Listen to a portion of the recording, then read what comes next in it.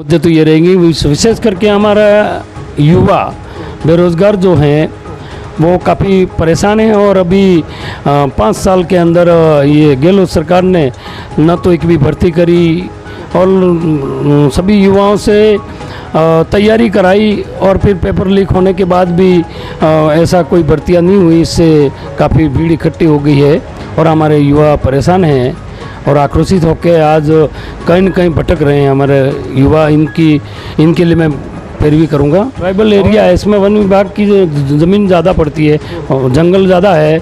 उसमें कई लोग काबिज़ है, लंबे टाइम से मकान बना के रह रहे हैं, 20, 30, 40 सालों से रहे हैं। इनको पट्टे दिलाने का पहला मेरा काम रहेगा। आदिवासी समाज के लोग जो भी हैं वो काबिज़ वन विभाग की ज़मीन पर काबिज़ हैं, इनको सबसे पहले इनको अधिकार दिलाने का काम करेंगे। होता है कि राजस्थान में सरकार तो भारतीय जनता पार्टी की बनेगी, इसमें कोई शक वाली बात नहीं है, पर मुझे भी मौका मिलता है और मैं विधायक बन के विधानसभा में जाऊं तो सबसे पहले पैरा फेरी वालों के लिए मैं लड़ूंगा और इनके लिए नाम हुए पूरा समाज काकरी डूंगरी का नाम पूरे देश में फैल गया। इसलिए मैं तो ये मानता हूँ कि ये पूरी गलती रनिंग विधायक गणेश घोगरा की रही। पंचायत वाइज सब जगह लगा रहे हैं महंगाई राहत कैंप। महंगाई राहत कैंप किस बात के लिए लगा रहे हो? राज्य में शासन में आप बैठे हो, क्या सब्जी तेल का भाव कोई भारत सरकार थोड़ी करती है? इन लोगों को देखना चाहिए। आज गुजरात में और पड़ोस में हमें पूरे राज्य में देखा जाए तो पेट्रोल के दाम देख लो, सबसे पूरे देश में राजस्थान कोई भारत सरकार महंगा बेच रही है क्या इनको? नमस्कार, मैं हूं मोहन नायक और आप देख रहे हैं राजस्थान ग्रामीण लाइव। लगातार विधानसभा डूंगरपुर में लगे हुए हैं, चुनावी यात्रा कर रहे हैं। तो ऐसे ही भारतीय जनता पार्टी के दिग्गज और कद्दावर नेता मगन लाल जी गमेती छापे निवासी हमारे साथ में मौजूद हैं। मगन लाल जी पूर्व में काफ़ी बार दावेदार के रूप में नाम चलता आ रहा है और अब की बार भी प्रबल दावेदारों के रूप में सबसे आगे हैं। जानते हैं मगन लाल जी गमेती का अपने विधानसभा क्षेत्र को लेके क्या मुद्दे रहेंगे, क्या मसले रहेंगे, इन सभी मुद्दों पे चर्चा करते हैं। मगन लाल जी, आपका हमारे चैनल में स्वागत है। सबसे पहले तो राजस्थान ग्रामीण न्यूज़ चैनल का हमारे निवास पे पधारे, इसके लिए बहुत बहुत स्वागत, अभिनंदन। तो मगन लाल जी, आप दावेदार पहले से भी चलते आ रहे हैं, अब की बार भी प्रबल दावेदार हैं, तो इसके बारे में आप क्या कहेंगे? देखो, मैंने विधानसभा में 3 बार पहले विधानसभा डूंगरपुर में मांग करी है, उम्मीदवारी जताई है और लोकसभा में 2 बार उम्मीदवारी जताई है और अब की बार चौथी बार जो मैं मांग कर रहा हूँ प्रबल दावेदारी के साथ। और अब की बार मुझे विश्वास है कि भारतीय जनता पार्टी मेरे साथ धोखा नहीं करेगी और अब की बार मुझे उम्मीदवार बनाए जाए ऐसा महसूस हो रहा है। और सभी हमारे वरिष्ठ नेतागणों का भी है कि लंबे टाइम से ये व्यक्ति लाइन में और संगठन का वफादारी से काम करता है, तो अब की बार मौका दिया जाए ऐसा सबका मानस है। तो मैं प्रबल दावेदार के रूप में अभी उम्मीदवारी जता रहा हूँ। तो बात करते हैं आपकी राजनीतिक पृष्ठभूमि के बारे में, क्योंकि वैसे आप डूंगरपुर क्षेत्र के अंदर और टीएसपी क्षेत्र के अंदर आप किसी परिचय के मोहताज नहीं हैं, फिर भी आपकी राजनीतिक पृष्ठभूमि के बारे में जानना चाहते हैं कि आपकी राजनीति कब से शुरू हुई? मैंने 95 से भारतीय जनता पार्टी ज्वाइन करी है। 95 में पहला चुनाव लड़ा था मैं और 97 में श्री राजस्थान टेक्सकेम लिमिटेड डूंगरपुर में बीएमएस का एनुअल बना मैं और इसके बाद इकाई अध्यक्ष लगा के एसटी मोर्चा का अध्यक्ष रहा, मंडल अध्यक्ष रहा, ओबीसी मोर्चा का भी मतलब किसान मोर्चा का भी रहा और पार्टी के भी कई विभिन्न पदों के मंडल प्रभारी रहा और भारतीय जनता पार्टी के कई मोर्चों में भी काम किया मैंने। जिला उपाध्यक्ष मैं संगठन का जिला उपाध्यक्ष भी रहा, अभी मंडल अध्यक्ष हूँ वर्तमान में और बिछवाड़ा लेम्स का भी अध्यक्ष हूँ, राजस्थान आदिवासी संघ बिछवाड़ा तहसील का भी अध्यक्ष हूँ, वन समिति का भी अध्यक्ष हूँ, क्रय विक्रय का सदस्य हूँ, भारत विकास परिषद से भी जुड़ा हुआ हूँ। कई ऐसे विभिन्न पदों में कुल मिला के 95 से आज तक क्रय विक्रय, लैम्स, पंचायती राज सारे 14 चुनाव लड़ा हूँ। इसमें 3 चुनाव हारा हूँ, 11 चुनाव में जीता हूँ। तो काफ़ी लंबा राजनीतिक आपका भूमिका रही है इस भारतीय जनता पार्टी के अंदर। फिर भी आपको अभी तक टिकट ना मिलने के कुछ कारण रहे होंगे? कारण तो यही रहा, अभी इसमें मेरा एक जमकर एक हाईवे पे एक्सीडेंट हो गया था, जिससे मैं साल 1.5 साल थोड़ा मैंने रेस्ट करना पड़ा मेरे को। ये वजह वही रही कि मैं थोड़ा पीछे रह गया, इसका कारण मेरा ऐसी दुर्घटना हुई, एक्सीडेंट हुआ, इस वजह वही रही मेरी। तो अब की बार भारतीय जनता पार्टी आपको यहाँ से दावेदार बनाती है और यहाँ से आप चुनाव लड़ते हैं, तो डूंगरपुर विधानसभा के लिए आपके मुख्य मुद्दे क्या रहेंगे? मुख्य मुद्दे तो ये रहेंगे, विशेष करके हमारा युवा बेरोज़गार जो हैं वो काफ़ी परेशान हैं। और अभी 5 साल के अंदर ये गहलोत सरकार ने न तो एक भी भर्ती करी और सभी युवाओं से तैयारी कराई, और फिर पेपर लीक होने के बाद भी ऐसा कोई भर्तियां नहीं हुई। इससे काफ़ी भीड़ इकट्ठी हो गई है और हमारे युवा परेशान हैं और आक्रोशित होकर आज कहीं न कहीं भटक रहे हैं हमारे युवा। इनके लिए मैं पैरवी करूँगा। और इस क्षेत्र में हमारा ट्राइबल एरिया है, इसमें वन विभाग की ज़मीन ज़्यादा पड़ती है और जंगल ज़्यादा है। उसमें कई लोग काबिज़ है, लंबे टाइम से मकान बना के रह रहे हैं, 20, 30, 40 सालों से रहे हैं। इनको पट्टे दिलाने का पहला मेरा काम रहेगा। आदिवासी समाज के लोग जो भी हैं वो काबिज़ वन विभाग की ज़मीन पर काबिज़ हैं, इनको सबसे पहले इनको अधिकार दिलाने का काम करेंगे। नगर सभापति जैसे आपके अभी भारतीय जनता पार्टी से है, फिर भी नगर के अंदर काफ़ी समस्या है, पट्टों से लेके है और पेराफेरी क्षेत्र की ग्राम पंचायतें आ रही है। अगर आप विधायक बनते हैं, आपकी सरकार बनती है, तो इसके लिए आप क्या करेंगे? देखो, पेराफेरी के नाम से वर्तमान विधायक ने यही मुद्दा उठा के और लोगों से वोट तो ले लिए, पर अभी क्या हुआ कि सभापति जी हमारे भारतीय जनता पार्टी के हैं और सरकार जो है वो एंटी है हमारे। और विधायक और क्या है कि पट्टों के लिए भी काफ़ी संघर्ष किया, सभापति जी कर रहे हैं, पर कहीं कहीं रनिंग विधायक है जो टांगे डालता रहता है और इनको आज तक पट्टे नहीं मिले हैं। अगर ऐसा होता है कि राजस्थान में सरकार तो भारतीय जनता पार्टी की बनेगी, इसमें कोई शक वाली बात नहीं है, पर मुझे भी मौका मिलता है और मैं विधायक बन के विधानसभा में जाऊं तो सबसे पहले पेराफेरी वालों के लिए मैं लड़ूंगा और इनके लिए पट्टे दिलाने की पूरी कोशिश करूंगा। तो इसके बाद में काफ़ी युवा अब जैसे कांकरी डूंगरी के अंदर और 1167 जो पद थे ये लंबित चल रहे हैं, ऐसे युवा आज भी उसमें उलझे हुए हैं। अगर आपकी सरकार बनती है, अगर आप यहाँ से विधायक बनते तो उन युवाओं के लिए आप क्या करेंगे? देखो, वास्तविक में जो 1167 सीटें जो खाली थी, इनकी जो मांग थी, यूँ देखा जाए तो थोड़ा मांग अच्छी थी, क्योंकि हमारे जो 45% आरक्षण जो है हमारे भैरव सिंह शेखावत जी के राज में हमको आरक्षण मिला है, तो वो वहाँ तक तो हमारे ठीक है, जो आरक्षण के हिसाब से हमारे जो भर्तियाँ होनी है वो हो जाती है। पर जो जनरल टॉपर हमारा जो एसटी आदिवासी जो बेरोजगार कोई भी जनरल टॉपर करता है, तो इसको भी जनरल में माना जाए। इनकी बात इस बात को लेके ये वहाँ पे इनका पड़ाव था। यूँ तो देखा जाए तो वास्तविक में भाई 45 में ही क्यों माना जाए, जो लड़का टॉपर करता है तो फिर इसको जनरल माना जाए। इनकी बात तो सही थी, पर इस बात को इनकी मांग को लेके बैठे काफ़ी काकरी डूंगरी पड़ाव रखा, इनका 24 दिन तक पड़ाव रहा। पर ये मसला रनिंग विधायक जो है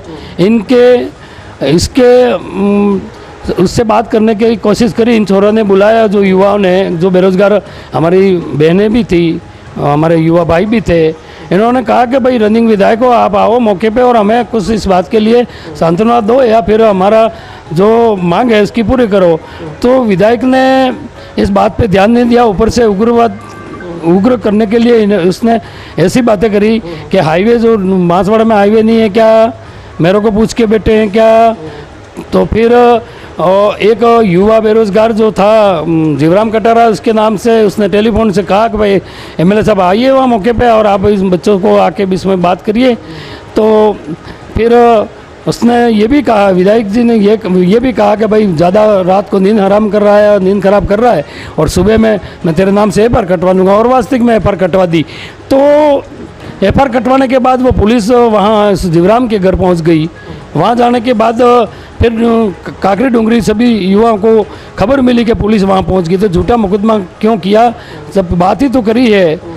तो इसको लेके फिर सारे युवा रोड पे उतरे और रोड पे उतरते ही फिर विधायक रनिंग विधायक ने कहा कि इनके साथ लाठीचार्ज करो और भगाओ वहाँ से, ऐसा रोड जाम करते हैं। तो ऐसे ही पुलिस प्रशासन ने पहले महिलाओं पे लाठीचार्ज करी। इससे आक्रोशित होके आमने सामने सभी पत्थरबाजी और कहाँ हो गया। हमारे एक आदिवासी 2 हमारे युवा मर गए इसमें, कहीं टूट गए, कहीं विकलांग हो गए, कहीं फ्रैक्चर हो गए, काफ़ी नुकसान हुआ। और इसमें लूटपाट भी हुआ, कई लोग बाहर से आए और काफ़ी नुकसान हुआ। तो मेरा ये कहना था कि रनिंग विधायक जो गणेश जी गोगरा हैं, इनको कोई काकरी डूंगरी में जाके वहीं तुरंत नौकरी देनी नहीं थी। ये तो जाके इनसे बात करते और कह देते कि भाई आपकी मांग है जो मैं आगे विधानसभा तक पहुंचाऊंगा या मुख्यमंत्री जी को मैं इस मांग को वहाँ रखूंगा, और आपको विश्वास नहीं है तो आप 2-5 जवान हमारे साथ आइए, मैं जाके बात करा लूँ। बातें इतनी सी थी, पर इन्होंने ये काम नहीं किया और वास्तविक में यह उग्र फैला के, और हमें पूरे समाज को, पूरे देश में हमारा आदिवासी समाज बदलाव हुआ इसमें। तो मामला ये शांत हो सकता था, मतलब कर सकते थे आराम से। वो तो काकरी डूंगरी जाके कोई तुरंत तो नौकरी देनी नहीं थी, जाके बात करते वो तो नहीं। तो फिर पाँच युवा बेरोजगार को साथ में जयपुर ले जाते हैं और अशोक जी गहलोत से मिलाते, और इनकी ये मांग है। तो तरीका इनका ये था, पर इन्होंने ऐसा करके, और वास्तविक में हमारे आदिवासी समाज का पूरे बदलामी हुई। आज भी हमारे बदलाव हुए पूरा समाज, काकरी डूंगरी का नाम पूरे देश में फैल गया। इसलिए ये मैं तो ये मानता हूँ कि ये पूरी गलती रनिंग विधायक गणेश गोगरा की रही। तो इसके बाद हम बात करते हैं जन कल्याणकारी योजनाओं की। कांग्रेस सरकार बोली बहुत अच्छी जन कल्याणकारी योजना चल रही है, लोगों को काफ़ी फायदा मिल रहा है, इसके बारे में आप क्या कहेंगे? जन कल्याणकारी योजना जो भारतीय जनता पार्टी के राज में जो योजनाएं थी, इनका नाम बदलने के अलावा कोई काम नहीं किया इन्होंने। ऐसा नया काम कोई हमारे इस विधानसभा में और हमारे एरिया में ऐसा कोई काम नहीं किया है। जो हमारी पहले से योजना थी, श्रीमती वसुंधरा जी के राज में जो हमारी योजना थी, इनके नाम बदले हैं। और भारत सरकार की जो योजना है, आज की तारीख में देखा तो भारत सरकार की योजनाएं शौचालय से लगा के, PM आवास लगा के, जनता जल योजना, राष्ट्रीय रोजगार गारंटी, सारी योजना ये तो भारत सरकार की है। राजस्थान सरकार की कौन सी ऐसी योजना है कि बता दे। अब ये सिरिंज भी कर रहे हैं, ये तो ये योजना भी हमें पहले भारतीय जनता पार्टी के राज में ही शुरू कराई थी। अब चिरंजीवी योजना का लाभ कब मिले लोगों को, जब हमारे हॉस्पिटलों में डॉक्टर ही नहीं है, वहाँ कोई डॉक्टर ही नहीं है जाके, तो वहाँ ये इस योजना का लाभ कैसे, कौन दिलाए इसको। इसलिए ये सब खोखली घोषणाएं कर रहे हैं। और अभी जो राहत कैंप लगा रहे हैं, पंचायत वाइज सब जगह लगा रहे हैं महंगाई राहत कैंप। महंगाई राहत कैंप किस बात के लिए लगा रहे हो? राज्य में शासन में आप बैठे हो, क्या सब्जी तेल का भाव कोई भारत सरकार थोड़ी करती है? इन लोगों को देखना चाहिए। आज गुजरात में और पड़ोस में, हमें पूरे राज्य में देखा जाए तो पेट्रोल के दाम देख लो, सबसे पूरे देश में राजस्थान कोई महंगा, कोई भारत सरकार महंगा बेच रही है क्या इनको? ये इनका टैक्स लगा के, और हर चीज़ पेट्रोल भी हमारा यहाँ 14-15 रुपये प्रति लीटर के पीछे हमारा गुजरात से ज़्यादा है। गुजरात हमारा 10 किलोमीटर पड़ता है यहाँ। तो ये क्या है कि महंगाई राहत कैंप जो झूठी घोषणाएं कर रहे हैं, इसमें कोई नहीं है। अभी जो राशन का पैकेट दिया था उसमें देखो तो वो खा के लोग तुरंत बीमार हो जाए, कोई खाना भी और लेना भी पसंद नहीं कर रहा है। और अभी अब लो बाबा खिचड़ी, अब मरते वक्त कह रहे हैं कि हम मोबाइल देते थे, ये देते। तुम कहाँ सोए थे? 4.5 साल तक कहाँ सोए थे भाई? अभी तक तुमने कोई काम नहीं किया, और अभी वोटों को लुभाने के लिए आम जनता, गरीब जनता को गुमराह कर रहे हैं ये लोग। बाकी ऐसा कोई विकास नहीं हुआ है। तो दावेदार होने के नाते भारतीय जनता पार्टी से डूंगरपुर विधानसभा वासियों को आप क्या संदेश और क्या अपील करेंगे? मैं तो सभी विधानसभा वासियों को ये अपील करूंगा कि भारतीय जनता पार्टी का शासन राजस्थान में आने वाला है, और भारत सरकार भी बीजेपी भारतीय जनता पार्टी की है, और नेक्स्ट 2024 में भी मोदी जी वापस आने वाले हैं। तो ये क्या है कि डबल इंजन की सरकार बनने वाली है। तो इसमें अगर हमको मुझे उम्मीदवार बनाया जाता है और मैं विधायक बन के विधानसभा में जाता हूँ, तो सबसे पहले मैं इन विधानसभा वासियों को अपील करूँगा कि आप 36 कौमों के साथ में, मेरे ग्राम पंचायत में लंबे टाइम से मैं सरपंच भी रहा हूँ, मैं सरपंच संघ का ब्लॉक अध्यक्ष भी रहा हूँ, सरपंच संघ का जिला महामंत्री भी रहा हूँ, कई पदों पे आसीन रहा हूँ मैं। तो मेरे गांव में 17 जातियां हैं और यहाँ बिछीवाड़ा मार्केट मेन मार्केट इस एरिया का हमारा और इस विधानसभा का केंद्र बिंदु बिछीवाड़ा माना जाता है, क्योंकि चारों तरफ बिछीवाड़ा 20 सेंटर है इस विधानसभा का।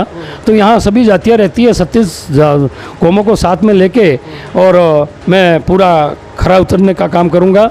जो भी समस्या हो इनके, तो मैं जब भी ये लोग आदेश करेंगे तो इनके काम के लिए मैं कहीं भी हाजिर हो सकता हूँ और इनका काम कराने के, क्योंकि काम करने का टैक्ट और अनुभव और हमारी आदत है कि मेरी ग्राम पंचायत छापी आदर्श और एक नोडल में चयन हुए पूरे ज़िले में, और मेरे को एक बार पुरस्कार में भी मिला है कि 1 नंबर का सरपंच। इस प्रकार हमारे पीसी किशन कलेक्टर था उस समय 15 अगस्त को लक्ष्मण ग्राउंड में हमें सम्मानित भी किया था कि वास्तविक में एक नोडल के रूप में काम किया ग्राम पंचायत छापी। तो वो काम हम पूरे विधानसभा में करने की उम्मीद रखते हैं, जैसे हमने ग्राम पंचायत में काम किया और हमारे पंचायत समिति ब्लॉक स्तर पर जो भी प्रत्येक अप्रत्यक्ष लोगों का जो काम किया है, तो वो लोगों को भी ये भावना है कि ये व्यक्ति लंबे टाइम से बिछवाड़ा मुख्यालय पे पार्टी चाहे कोई भी हो, पर व्यक्ति विशेष भी कोई भी हमारे पास आया होगा तो इनका पूरा सहयोग किया होगा और काम करने की कोशिश करी होगी और रास्ता अच्छा बताया होगा। तो लोगों की एक भी ये मानसिकता है कि एक बार इस व्यक्ति को हमारे क्षेत्र से उम्मीदवार बनाया जाए तो हम पूरा जोर तोड़ से एरियावाद करके, क्योंकि हमारे आज़ादी के बाद हमारा बिछीवाड़ा तहसील में आज तक भारतीय जनता पार्टी की तरफ से किसी को टिकट नहीं मिली है। अब की बार पुरजोर से सभी आम जनता और हमारे भारतीय जनता पार्टी के कार्यकर्ता और अन्य दलों के नेता भी ये चाहते हैं कि अब की बार हमारा बिछीवाड़ा मुख्यालय और बिछीवाड़ा तहसील को भारतीय जनता पार्टी की तरफ से टिकट मिले। हम सब मिलके और उम्मीदवार को जिताएंगे, ये सबकी एक आवाज़ है। तो मंगललाल जी, हमें समय देने के लिए धन्यवाद। ठीक है साहब, धन्यवाद। आप पधारे हमारे यहाँ, इसके लिए बहुत बहुत धन्यवाद। तो भारतीय जनता पार्टी के प्रबल दावेदार मंगललाल जी गमेती, जिसने अपने अच्छे विचार बताए, और बिछीवाड़ा क्षेत्र एक ऐसा क्षेत्र है जहाँ पे भारतीय जनता पार्टी ने कभी भी टिकट नहीं दी है। और मंगललाल जी लंबे समय से, पिछली बार भी और उससे भी पहले काफ़ी बार इनका नाम चर्चा में रहा, और ये डूंगरपुर से लेकर जयपुर तक व्यक्तित्व एक पहचान है और बहुत अच्छा कार्य प्रणाली है। ग्रामीण क्षेत्र के सबसे प्रबल दावेदार और भारतीय जनता पार्टी को, स्क्रीनिंग कमेटी को ऐसे बंदे पर और ऐसे कार्यकर्ता पर विचार करना चाहिए। तो ये भारतीय जनता पार्टी के लिए बहुत अच्छा रहेगा और कमल का फूल निश्चित खिलेगा। यहाँ से देखते रहिए राजस्थान ग्रामीण लाइव। धन्यवाद।